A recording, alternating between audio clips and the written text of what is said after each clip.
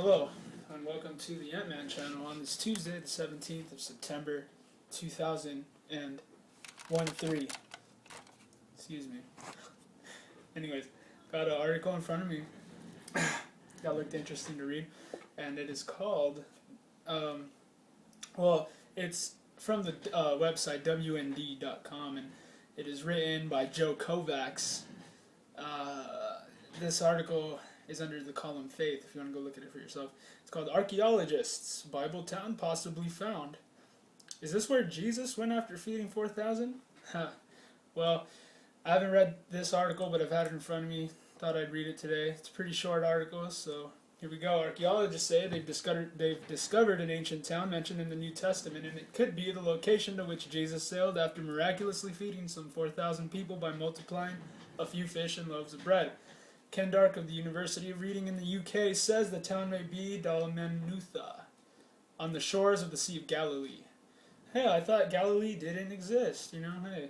According to Live Science, Dark's team of archaeologists also determined that a famous boat dating to around 2,000 years ago and uncovered in 1986, whoa, that's when I was born, was found on the shoreline of the newly discovered town. The boat was reported on 2 decades ago, but the discovery of the town provides new information on what lay close to it. It provides new information on what lay close to it. Dalmanutha is mentioned in the Gospel of Mark right after the feeding miracle, stating, "The people ate and were satisfied. Afterward, the disciples picked up 7 basketfuls of broken pieces that were left over. About 4,000 were present. After he had sent them away, he got into the boat with his disciples and went to the region of Dalmanutha." Mark 8:8 and 8:10. New International Version. So while Dalmanutha is only specified by name in Mark's Gospel, a corresponding passage in Matthew 15:39 says, "And he sent away the multitude and took ship and came into the coasts of Magdala." God himself says, oh, that's a little link there for a book. I never read those, but experts believe Magdala is the modern-day town of Migdal, slightly inland near Israel's Ginosar Valley. Magdala is perhaps most famous for being the hometown of Mary Magdalene, a female disciple of Jesus who was the first person ever to see Christ after he rose from the dead. Somebody told me what's under the temple or whatever, it's the bloodline of Jesus. Be open-minded. Well, I'm pretty open-minded, I would say, and I have read the entire Bible, and I study it frequently, and I have never seen anything that has anything to do with that. Kind of like the Catholic Church, everything they do to celibacy, to counting beads, none of that is mentioned in the Gospels or in any of the old books in the Old Testament or anything like that. You could clearly see they are out of their mind, and they are practicing some type of Babylonian paganistic ritual, or I don't know.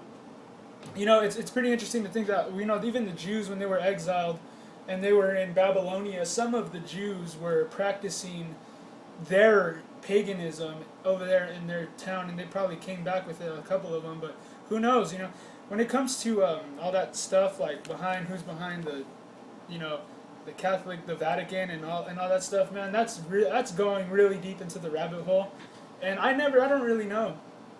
To be honest with you, I have some sources that I could go check up on this stuff, but to be honest with you, I don't have as much time as I wish I had. So I haven't read into it too much. But when it comes to sound doctrine and what is in the Bible and what isn't in the Bible, what isn't in the Bible is that Jesus did not have any type of relationship with anybody, and if he did, I don't think he did, because he was perfect. He's all God and all man, and he cannot sin.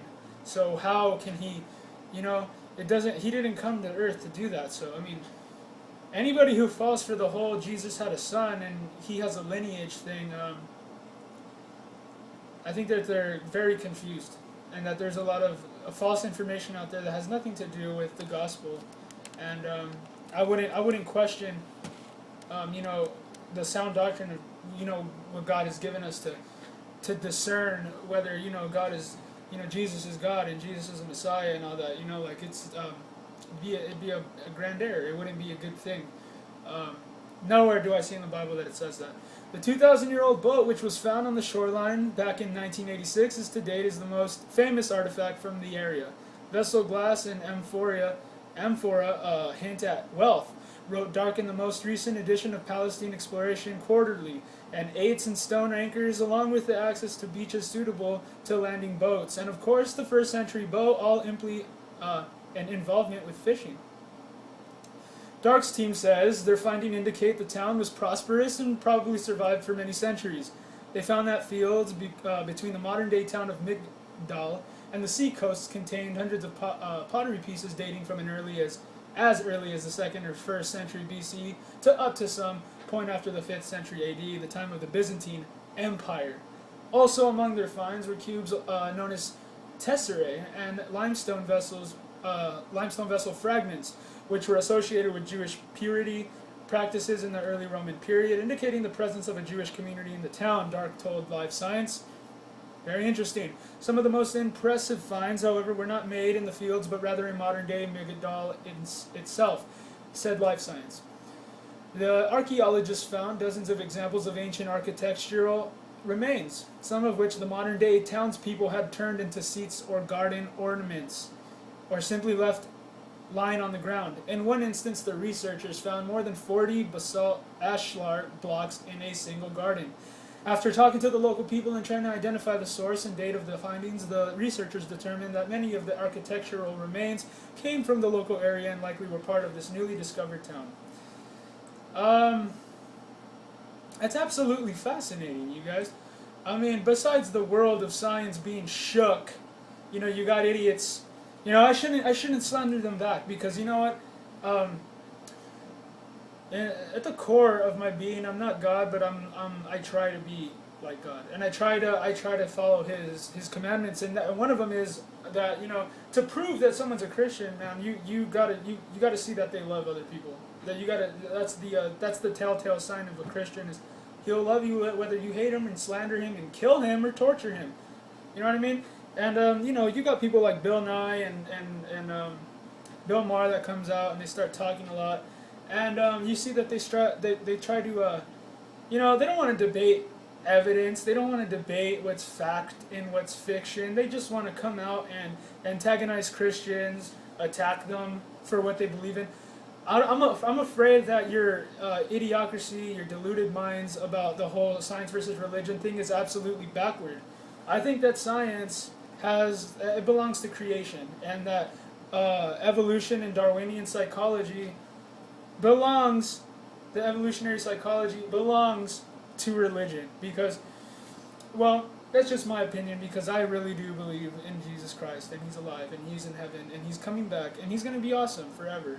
But you know what I mean? Like, besides that, sure, they're both religion, whatever, but the difference between the creationist and the evolutionist that you're going to start to notice more and more is the creationist tries to bring up a debate, something to, you know what I mean, to pretty much just bring to light and to the surface what things really are. If you don't think that there's intelligent design, I think it's ridiculous. If you look at things that are natural and in nature, organic, man, it's amazing how complex a lot of things are, and I don't think that they just came to be. There's no such thing as a simple cell, like some type of cell that's simple and it evolved or whatever. It doesn't make any sense to me. There's no way. There's no way that it can somehow downgrade and then create something. It doesn't make any sense. Natural selection doesn't create anything. It just selects. And mutation doesn't add any information. It just either mixes it up, or, I mean, it could over-add or over-subtract, but it never brings another element into the table. Like, you never see a reptile grow, have hatch an egg, and the egg and the baby has, wings or whatever, and a beak. You don't ever see that. So, I don't know, you guys discern for yourself, you know what I mean? Don't be like these evolutionists that are rude and they think that they can attack your character and that you're going to cower away because you don't have anything good to say. We can debate all day, but the difference between me and you, if you're the evolutionist and I'm the creationist, and we're in a debate, is that I'm going to try to be, concerned about your salvation and try to talk about how you can point every single thing out in science that it is proof of intelligent design. But you are just going to go, well, look at you and look at you and look at you. When I'm not even the subject of the matter. The subject is science, or trying to say that, you got to prove your point, man. You can't just kind of, do that. But in light of all this going on, it's cool to see that, there's more evidence for a young Earth and creation than there is for evolution and Darwinian nonsense. Peace out.